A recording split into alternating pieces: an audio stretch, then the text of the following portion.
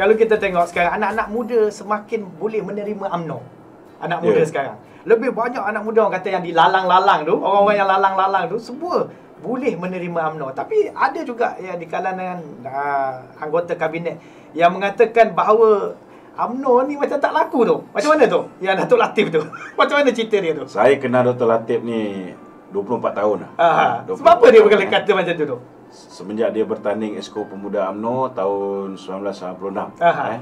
Kalah lah ketika tu. Ya. Tetapi saya nak beritahu bahawa Dr. Latif ni, walaupun dia kata UMNO ni tak laku, kan? Saya nak beritahu dia jadi wakil rakyat atas tiket UMNO. Ya. Mewakili Barisan Nasional. Ya. Dia jadi Esko Kerajaan Negeri Johor atas tiket UMNO. Dia menjadi Timbalan Menteri Kesihatan, dia menjadi Timbalan Menteri Pertahanan. Dulu Timbalan Menteri je level dia. Kan? Semua atas tiket UMNO. Dia kaya atas tiket UMNO. Kan? Janganlah lupa baru-baru ni dia menang pun dia bertanding atas tiket UMNO. Tapi lambang BN. Kan? Cuba bayangkan, pilihan raya akan datang ni pun mereka tak berani nak bertanding atas tiket bersatu.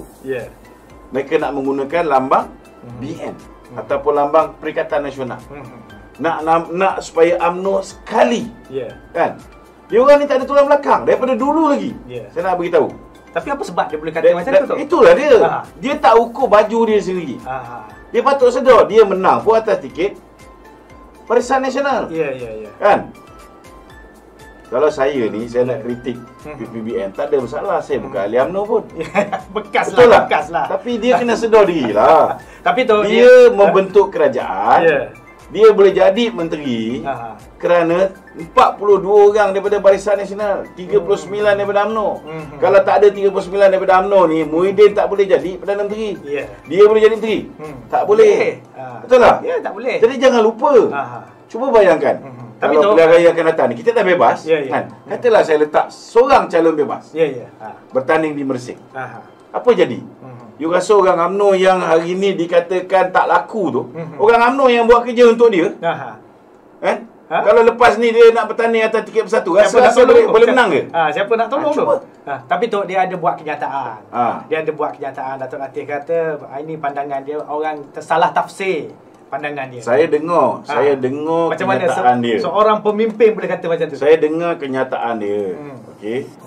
Dia boleh kelentong lah cakap apa pun, tapi dia sebut perkataan UMNO dah tak laku di Sabah. Saya nak beritahu orang-orang kat Sabah ni, walaupun ramai pemimpin UMNO meninggalkan perjuangan, tetapi kena ingat orang Sabah masih bersama dengan UMNO. Bila-bila masa kalau diadakan pilihan raya kecil di Sabah saya yakin UMNO akan kembali berkuasa. Sabah bersedia. Tak ada masalah. UMNO Sabah bersedia tu. Sebab yang lari ni ialah ahli politik. Rakyat tidak pernah lari. Dan rakyat sudah pun mula belajar melalui pengalaman. Contohnya orang-orang muda. Dulu mereka ni mengundi berdasarkan emosi.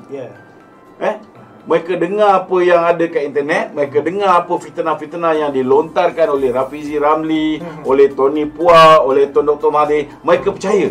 Tetapi selepas diberi peluang kepada Pakatan Harapan, 22 bulan jadi kerajaan, mereka sudah ada benchmark. Mereka boleh buat penilaian, mereka boleh buat perbandingan. Mana lebih baik? Di bawah kerajaan Barisan Nasional atau di bawah kerajaan Pakatan Harapan? Jadi saya yakin hari ini, kalau dulu orang pandang hina pada Barisan Nasional, hari ini nama BN itu sendiri sudah sangat harum. Kalau tak harum, kita tak adalah menang sampai 6 kali berturut-turut. Termasuklah pilihan raya kecil di Kemanis. Jadi Latif ni janganlah bodoh sangat, kan? Buat kenyataan tu kena bijaksana. Sebagai pemimpin, ini masalah dia. Sebagai pemimpin, ini masalah yang Muhyiddin hadapi. Muhyiddin hari ni membentuk satu kerajaan. Kerajaan ni rapuh. Kenapa? Kenapa kerajaan ni rapuh? Pertama, kerana dia tidak ada majoriti di parlimen. Sebabnya tidak ada satu orang pun yang dipanggil oleh Yang di-Pertuan Agong, Yang Maha Mulia Seri Paduka Baginda Yang Pertuan Agong, yang berjaya mendapat ahli parlimen punya mandat lebih daripada 120 orang. Tak ada. Itu sebab pemilihan Perdana Menteri melalui proses kedua, iaitu dengan memanggil wakil-wakil ketua parti ni. Bila ketua parti yang pergi, contohnya Datuk Zahid, dia pergi mewakili 42 orang daripada Barisan Nasional, daripada parti lah. Tapi kalau tanya dengan 42 orang ni semua sokong Muhyiddin tak? Belum tentu. Belum tentu semua sokong.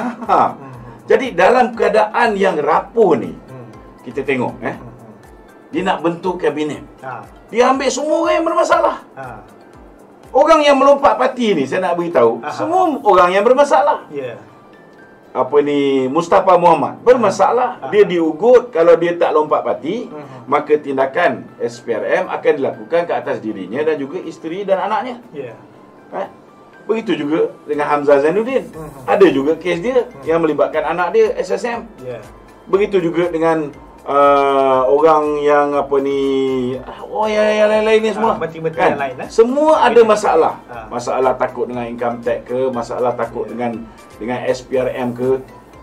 Kalau tak ada masalah pun, jenis orang yang dah tak boleh tahan menjadi pembangkang. Tapi tu dia tak ready nak jadi pembangkang, maka dia ambil keputusan melompat dengan harapan diberikan tempat di dalam kerajaan. Tapi tu kalau kita tengok dari segi pengalaman orang yang lompat ni sekarang menjadi kerajaan, tidakkah orang-orang ini berguna kepada negara waktu kritikal itu? Adakah dia berguna pada negara?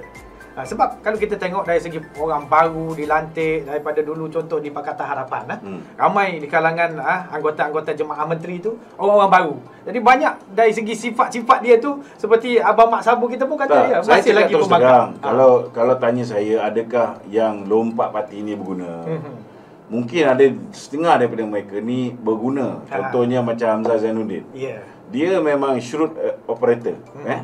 Dia boleh gerakkan untuk koordinator, lingkupkan negeri. Dia boleh gerakkan untuk tarik orang ni untuk bersama dengan Muhyiddin. Memang ada kegunaan masing-masing tu, kita tak ada kelebihan. Dia ada kelebihan masing-masing. Memang ada kelebihan masing-masing. Tapi orang macam Azmin Ali, orang yang kita semua dah tahu ni memang tokoh semburit negara. Ada video jelas. Jadi orang macam ni, pilihan raya akan datang nak letak kat mana? Letak di Gombak. Kalau letak di Gombak, Ketua UMNO bahagian Gombak, Megat Zulkarnain pun akan lawan dia sebagai calon bebas.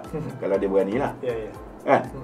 Itu Megat dah cakap, dia akan bertanding calon bebas. Kalau Azmin bertanding di situ. Kalau Megat tak berani lawan, saya pun mungkin boleh lawan. Betul tak? Betul. Jadi orang macam ni akan jadi liability. Itu sebab saya nak beritahu dengan Tan Sri Muhyiddin, dia kena sedar bahawa dalam UMNO ni mungkin ada watak-watak yang dia tak suka. Tetapi kalau dia fikir tentang masa depan politik negara ni, dia nak fikir tentang masa depan politik Melayu, dia kena sedar bahawa hanya satu parti politik Melayu yang dia kena terima hakikat bahawa inilah parti yang akhirnya akan menguasai kerajaan dalam pilihan raya umum yang akan datang. Jadi saya cadangkan jangan bazir masa lama sangat. Dan jangan rasa hina pada UMNO ni. Jangan rasa jijik pada UMNO ni. Dia patut balik semula ke dalam UMNO. Saya setuju dengan pandangan saudara Datuk Nazri Aziz. Dia mengatakan Muhyiddin patut balik semula ke dalam UMNO dan diangkat menjadi presiden UMNO. Saya setuju. Bukan saya setuju dia jadi presiden. Saya setuju dia kembali kepada UMNO. Dan saya setuju supaya disegerakan pemilihan UMNO ni, bagi peluang kepada Tan Sri Muhyiddin bertanding. Kalau ketika itu ahli UMNO memilih nakkan Tan Sri Muhyiddin menjadi presiden UMNO, maka dialah Perdana Menteri kita.